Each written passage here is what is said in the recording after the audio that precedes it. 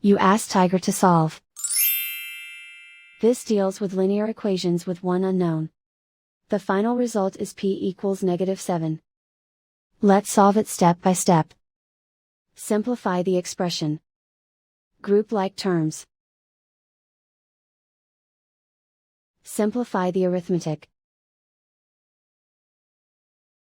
Group all p terms on the left side of the equation. Subtract 7p from both sides. Group like terms. Simplify the arithmetic. Group like terms. Simplify the arithmetic.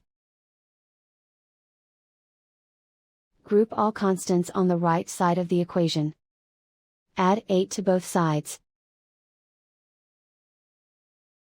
Simplify the arithmetic.